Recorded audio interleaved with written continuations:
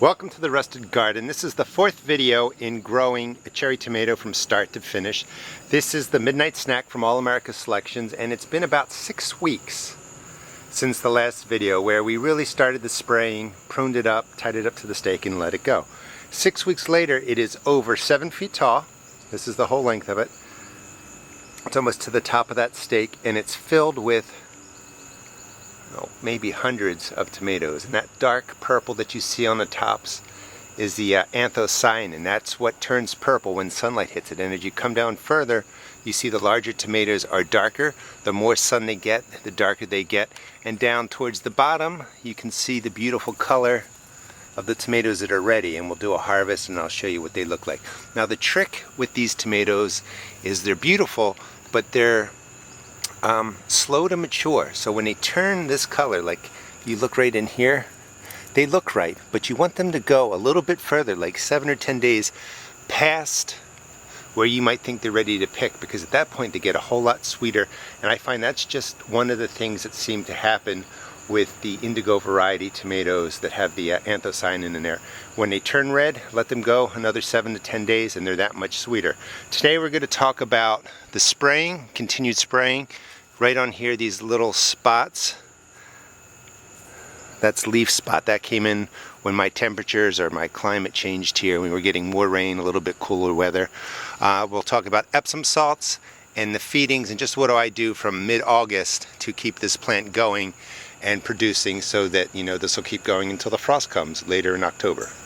Now the feeding for this cherry tomato has really been every 10 to 14 days a water-soluble fertilizer. And a water-soluble fertilizer is an NP and K, or the nutrients your plant can absorb immediately. So they're immediately available to your plant that can use them. And this plant has pretty much been getting, again, every 10 to 14 days, either worm compost tea, or it was getting the fish fertilizer, the fish emulsion, which is a 5-1-1 fertilizer, nitrogen, phosphorus, and potassium, 5-1-1. Now, come mid-July, I give my plants a little bit of a boost, and what I gave them was some all-purpose fertilizer, 5-5-5, and it's just basically a side dressing. And I do this again come mid-August when a lot of production has been going on. So I've already done this once, which was not in the video, but somewhere in mid-July when the plant's really producing flowers and getting going. So I take about, that's 1 tablespoon, spread it around the base of the plant. Stay about 4 inches away from there, but this is an organic fertilizer. You can't really damage your plant with it. So about 2 tablespoons around the base of the plant, about 4 inches out, and just scratch it into the surface. This is an insoluble fertilizer, so the soil biology is going to have to break it down, and this will just provide it some nice food over the next 4 to 6 weeks. Now, at full production, mid-August, this tomato plant has probably almost 100 tomatoes on there.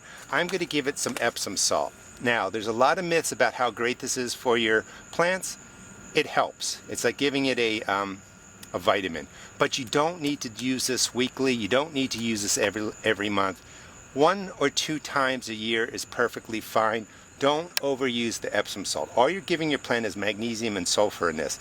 And how I use it is, this is a 2-gallon container, so it's 1 tablespoon per 1 gallon of water. You could use 2 tablespoons if you want, but you don't really need that much. So in here I put in 2 tablespoons of the Epsom salt. And today, instead of the organic fertilizers, I'm going to use the chemical fertilizer, which I know does freak people out, but I always want to stress that chemical fertilizers don't harm your plant, they don't harm you.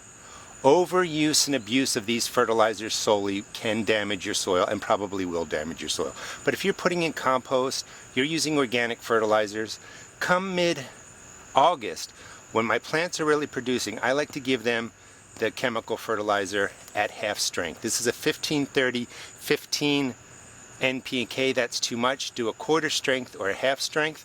So this is 2 gallons. Instead of putting in 2 tablespoons, I'm just putting in 1. So it's about half strength. You could go a little bit lower. And you're not going to be able to see this, but it just covers all the macro and micronutrients. And I like to do that for my plants mid-August, because now this plant is set up to finish growing through the rest of its time, really. It'll go through late September when the cold starts coming in and it starts dying off. How do I do it? 2 gallons. just water it in, just like that. And I'll probably put in a full gallon of water. We'll just do this as I'm talking. Wet the insoluble fertilizer you put down as a side dressing and scratched into the surface, and then just soak down this whole area.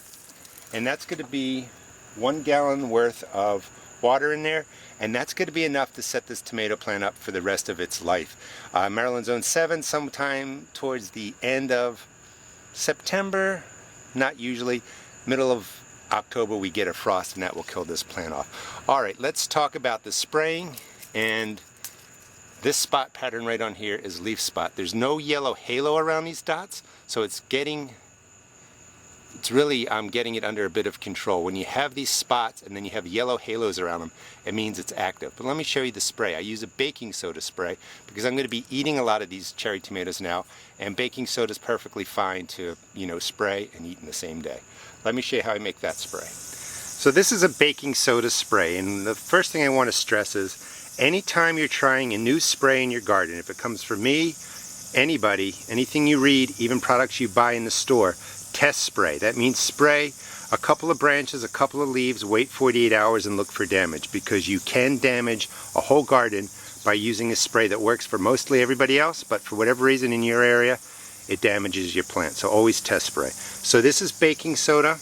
I'm using 1 tablespoon in a gallon of water. That hissing you hear is because the seal on here isn't sealing tightly, so some air is coming out of this from the air pressure.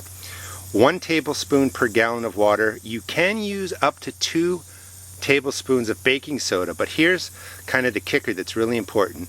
In May, early June, April, when it's colder and cooler, I can use 2 tablespoons in a gallon of water on my tomato plants. That's when leaf spot normally rolls into my area. It just happened to come back because of this crazy weather we've been having. But come late June, July, and August, when the heat is here, if I use 2 tablespoons in here, it damages my leaves. So I'm using 1 tablespoon. Really, really important. I want to stress that you understand that when you're using sprays, when the temperatures are cooler, sometimes you can have a greater concentration of baking soda in there, or the sprays. When it gets warmer, you have to really be careful, because as soon as the temperatures get over 90 in a direct light, you can damage your plants with sprays. So spray in the early morning or the later evening come July, August, or the hot times of your month. Alright, so that was the talk about safety. So baking soda, 1 tablespoon, 1 gallon of water. It's all set up. And again, I've shown you this before, so I'll just show it to you real quick. All in here is the leaf spot. These spots on the leaves. And when it's really active, you have the brown spots and halos around the plants. But you just want to get under there and soak the tops of the leaves, the undersides of the leaves. You can spray this. Baking soda is not going to hurt you. We eat that. And go all the way through and make sure you get the undersides of your plants. Any leaves that look bad, I'll do that after this video, is I'll come and I'll remove, but I like to spray first before I remove them. I like to coat everything. And that's all you really do. That baking soda will slow down and sometimes stop leaf spot. Early blight's a little more difficult. I've been using a Serenade for that, but I'm switching over now to the baking soda. Seems like the early blight is a little bit less prevalent now in my garden, and that comes with climate change. Alright, so let's pick some of these cherry tomatoes. And again, you can see the tops are really purple. That's from the anthocyanin. That's the same pigment in blueberries. It's very good for you. When the sun hits these tomatoes, they turn purple. So the sun comes in here, the tops are purple, the bottoms are green, and actually you can almost make a tattoo. If you put like something on here and turned it towards the sun, everything would turn purple except for whatever you have under the piece of tape or something like that. So when you pick these, you want them to be really juicy. And when some of them start to split, that's the time. These are nice, deep red.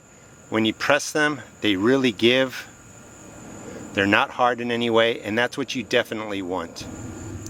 That's the point of best flavor, when you press and your thumb will go in there and leave a dent, and it's nice and rubbery really. And look at just the color is beautiful.